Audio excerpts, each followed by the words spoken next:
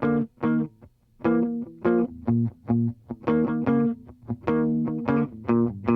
if you're looking for great barbecue in New York City, here's a great place to start. The corner of 11th Avenue and 46th. Yeah, who would have thunk it? Daisy Mae's behind me, an amazing barbecue place. We're also going to visit Rub today on 23rd Street, two of my favorite barbecues in the city. Adam Perry-Lang at Daisy Mae's, Andy Fischel down at Rub. Hey, you can't go wrong. Stay tuned. Barbecue, New York. 4 generations ago, Giovanni Colavita founded an olive oil tradition based on quality and integrity. That art of harvesting, pressing, and bottling fine Italian extra virgin olive oil has remained to this day. Colavita. Bing bong, bing bing bong, bing bong, bing bing bong. Made in Europe, enjoyed in America. Beaujolais. Licensed to chill. From artichokes to roasted peppers, from balsamic to truffle oil, Roland brings the world to you.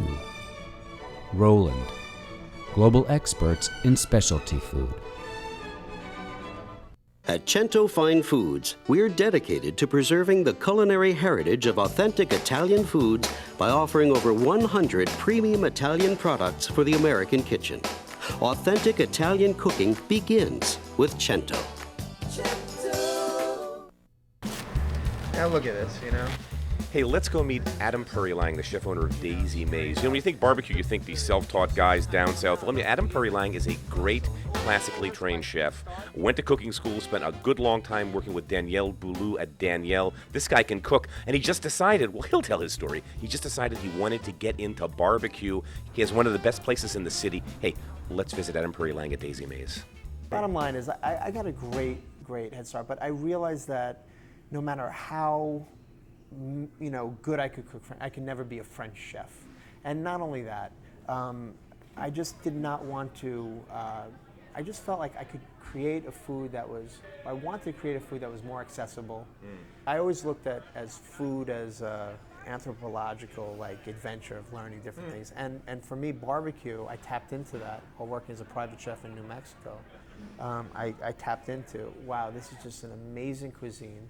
And it wasn't like I was out set to reinvent it, but I was really, my goal was just to approach it with as much authenticity, but kind of hit it from an angle of as if the people in the early 1900s, if they had the pantry that I had, they would be doing the same thing. All right, so you've got these beautiful, these little baby pigs. All right, how much longer for these bad boys? We're getting there. I'd say about another hour and a half, I would say. We do this nightly. We get people come in and we get them to commit a whole pig. It's about 30 pounds. It is a baby, a piglet. And we barbecue the whole thing. It's about 8 hours. But people, doing a whole animal, it's a ritual. It's not just going in and having reservations. We get people, we have almost zero cancellation because people are, for weeks ahead, are emailing each other and saying, holy cow, when are we going to do the pig? And then the guys are like, I got the head, and the girls are going, the whole thing. It's like a whole drama thing, and people really get into it. So we do that, and we specialize in doing whole pigs or half pigs for 6 or whole pork shoulders.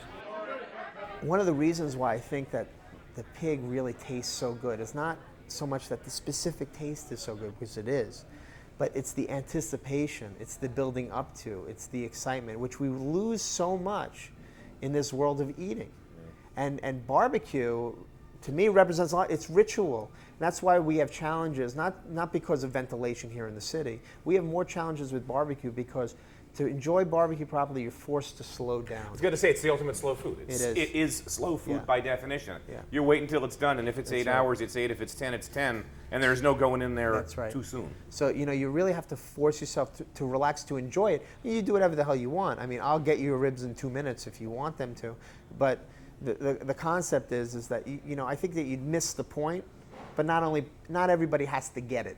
You know what I mean? But if you really want to enjoy barbecue, you have to allow yourself to be taken with it and just kind of go with it and just really say, hey, I got to wait another half an hour, have another beer.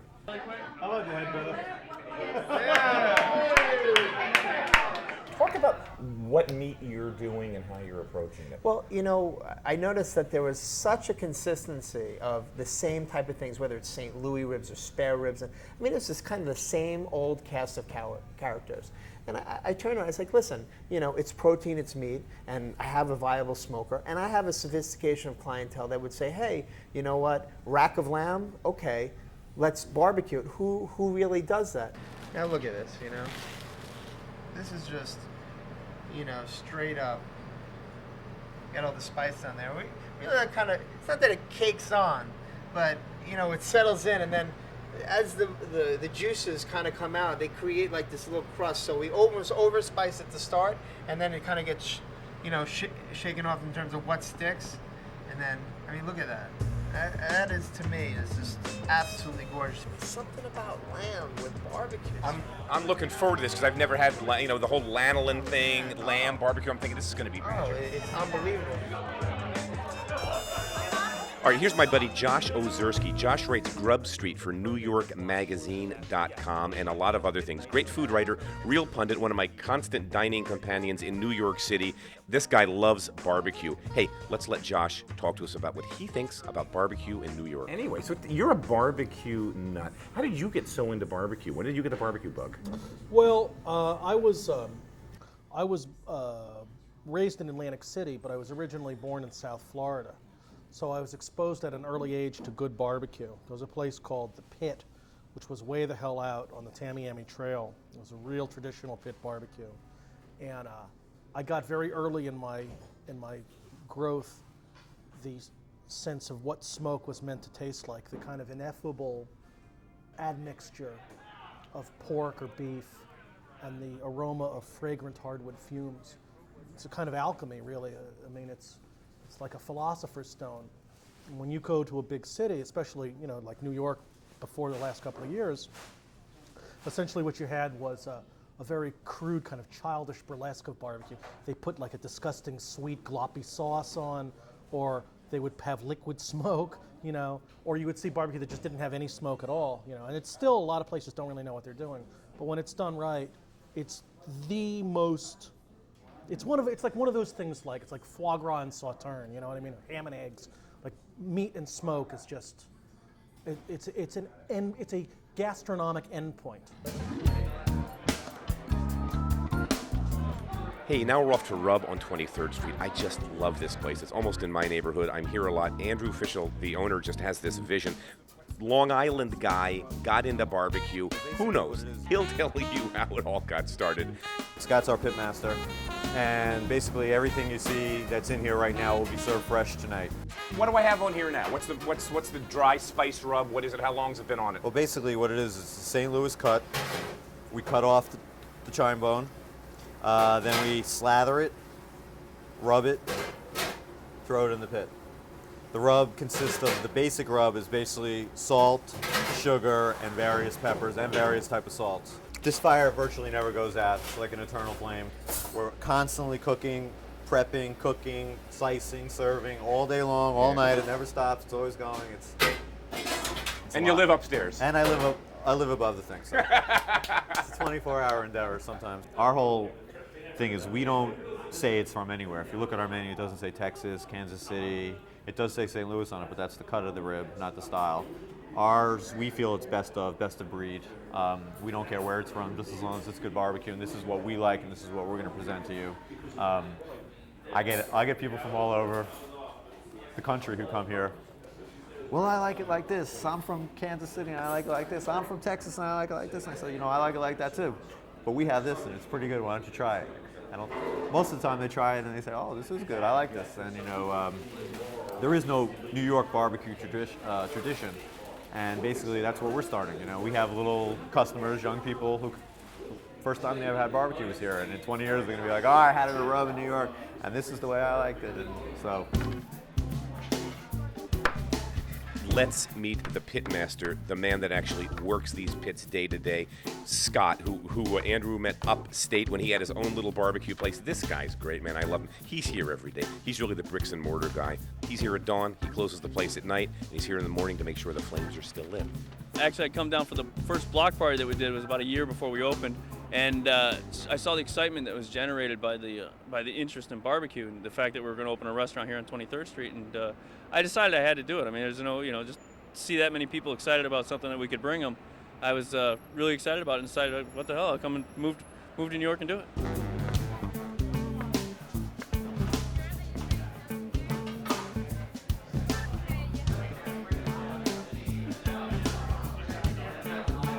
I'll take a baby, you take a spare, all right? All right, find a meaty We do section one? here. 1, 2, 3. Oh, Yeah. got the bite mark. Meat came off the bone very easily. Look at got the smoke ring. Oh, they can see it on that side. Mad. Look how meaty this is too. This is your Duroc pork, so there's a kind of richness and punchiness, that kind of porcine robust flavor. You don't get that in a regular rib from Cisco. Who writes this, guys? Who writes this? Porcine robust. I think I dated that once. This you Come on, don't- easy. This you don't get in Cisco. I'm liking this. All right, all right. Hey, we're here at Rub. We're gonna sign off in a minute 'cause I gotta eat. We've been doing this all day. Oh, burn ends. Oh, this is really great. Chewy, but dense, firm, but done. All the collagen's broken down. Oh.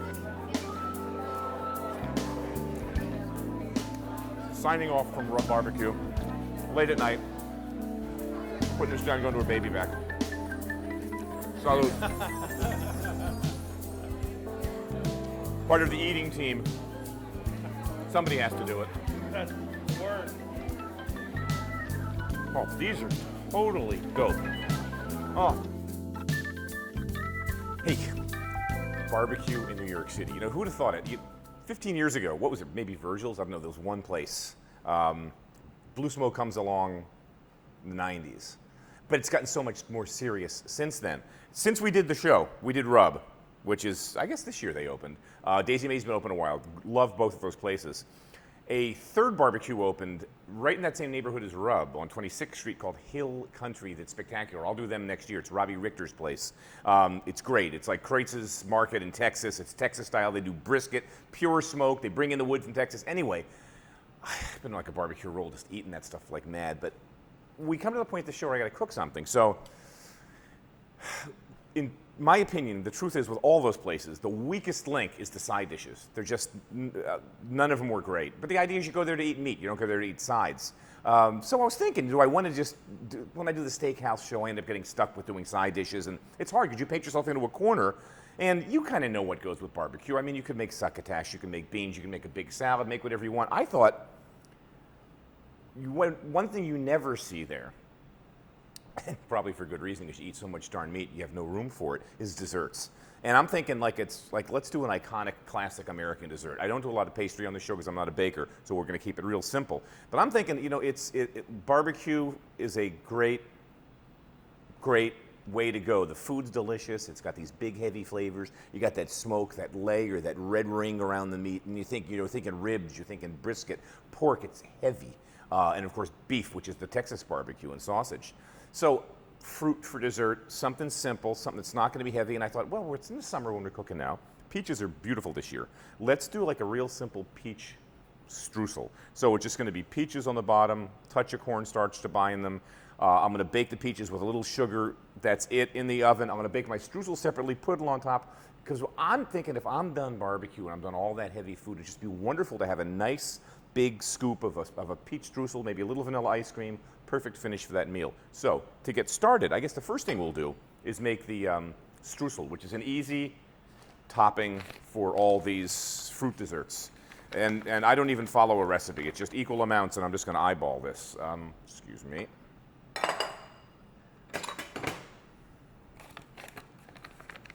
You know how I am. This is why I don't like baking, because I don't like measuring. And I don't need to make a ton of streusel, so I'm going to make equal amounts of flour. That's just unbleached white, sugar, and you could use, I would have preferred to use brown, but my brown was all lumpy, all clumpy, so I'm just going to use granular white sugar. Brown would have probably tasted a little better. Touch of cinnamon, so the cap doesn't fall off. that is. Not much. Because I want the peaches are great this year. I want peaches to be the main deal here. And we're just going to mix these dry ingredients by hand. Nothing, this isn't fancy stuff. Streusel's as easy as it gets. And I've got these sticks of butter that we're just going to, we softened them up a little bit in the microwave because they were pretty hard before. Just going to cut them into little chunks. Well, so much for that idea, right? Cut them into chunks here. And we're going to get one more stick, maybe another half, and work it in. And we're just going to get those to catch. You're going to see. This isn't rocket science. If I'm doing it, it's not rocket science. All right, that might be enough butter for now. Now it's going to get messy. So roll your sleeves up. There's no pretty way to do this. We're just going to get the butter to pick up the flour and the sugar.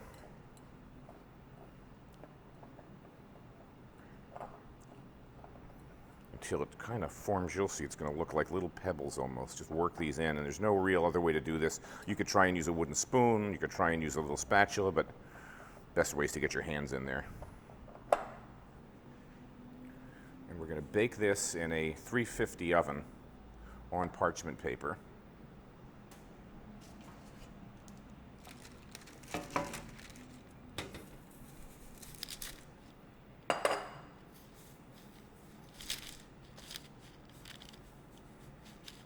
Just try and get one even layer here.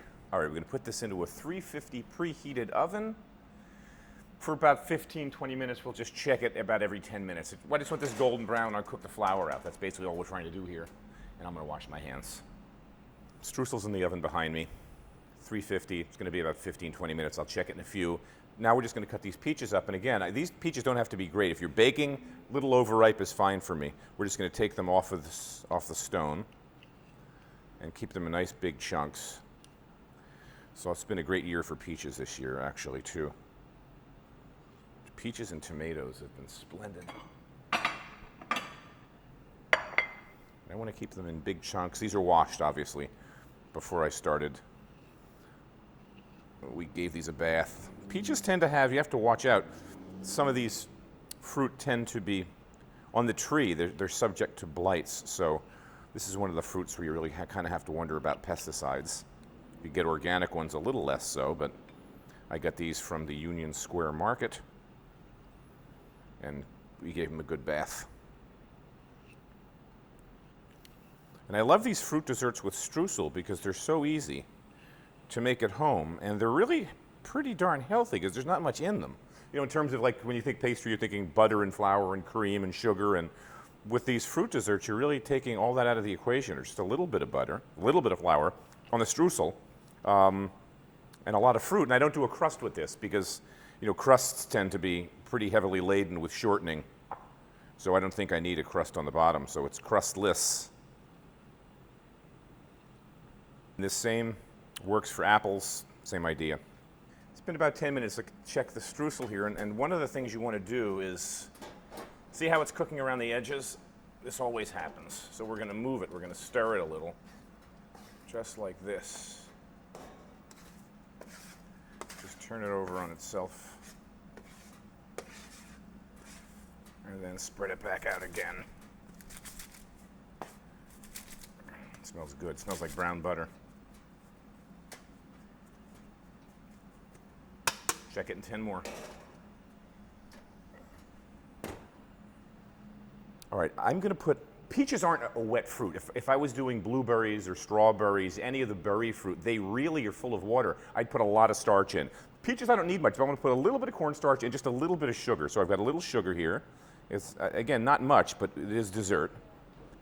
And a little cornstarch. Again, not a whole lot because I just don't see the peaches requiring much. This is maybe a tablespoon for the whole thing. And then what we're going to do is toss it so it coats the fruit as much as possible. This is, so as the fruit, if and when the fruit starts to weep, you could already see the fruit. This is so ripe. You could already see that cornstarch is dissolving with the peach juice, and that's going to give me a real nice thick consistency once it starts to cook. If I had a fresh vanilla bean and I was working in a fancy restaurant, I'd probably scrape a vanilla bean into this, but we don't have to do that. And this is it. I mean, how simple is this, folks? That's going to go in the oven. Get that slurry on top. And in this goes right on the top. Streusel will be done in 10 minutes, and then we'll see what the peaches look like. Streusel, you have to keep your eye on baking because it'll go from that beautiful golden brown to like burnt in 5 minutes. So keep your eye. We checked it. This has been about 17, 18 minutes, and it's perfect. And again, you can see why I moved it around the way I did, because you got, you know, you have some that are just probably a tad too dark, but for the most part, this is perfect. So take a look. You can see it's now, at this point now, it's going to be a little hot, but it's crunchy. That's what I want. And I don't want to break it up any more than this, otherwise it's going to look like breadcrumbs. I want those crunches on top. So I've got my peaches underneath that are going to be beautiful, almost like a jam, like peaches cooked down. So it's peaches, little cornstarch thick, and that beautiful unctuousness of the peach compote, and then the crunch of the streusel on the top. Boy, a little dollop of whipped cream or vanilla ice cream. But we got to wait for the bottom to go ready. And this you can hold. And this, once it's like this, I'll bag this up and keep it in the refrigerator. It's got a good long shelf life, and you can make berry buckles all summer long and just sprinkle this on top. You don't have to bake it. I prefer actually not baking this on the fruit because I like this way the streusel's completely cooked. When it's on the fruit, I always worry that the bottom part that's touching the fruit gets kind of doughy, you know what I mean? Gets kind of soggy. That's why I always like to cook my streusel separately and then add it at the last minute when I go to eat it. You know, it's like restaurant style. Let's taste a piece of this, you know what? It really smells good. It's like butter cookies. Oh. How can you go wrong? Flour, butter, sugar, delicious. All right, we're going to check the peach cobbler because I think it's done. You know, all we're trying to do is knock those peaches down. Just let them cook, and they're down. You can see the volume went down. Give them a little poke. Yeah, it's bubbling away. See, that's perfect. So there was. I mean, I probably didn't even need the cornstarch, but I had it in there, but that's perfect. The peaches have cooked down. Somehow a white peach snuck in there. See it bubbling around the edges? That's done. That's all I need to do. We're going to let this sit for about 10 minutes, and you could do this any number of ways. We'll talk about that in a minute.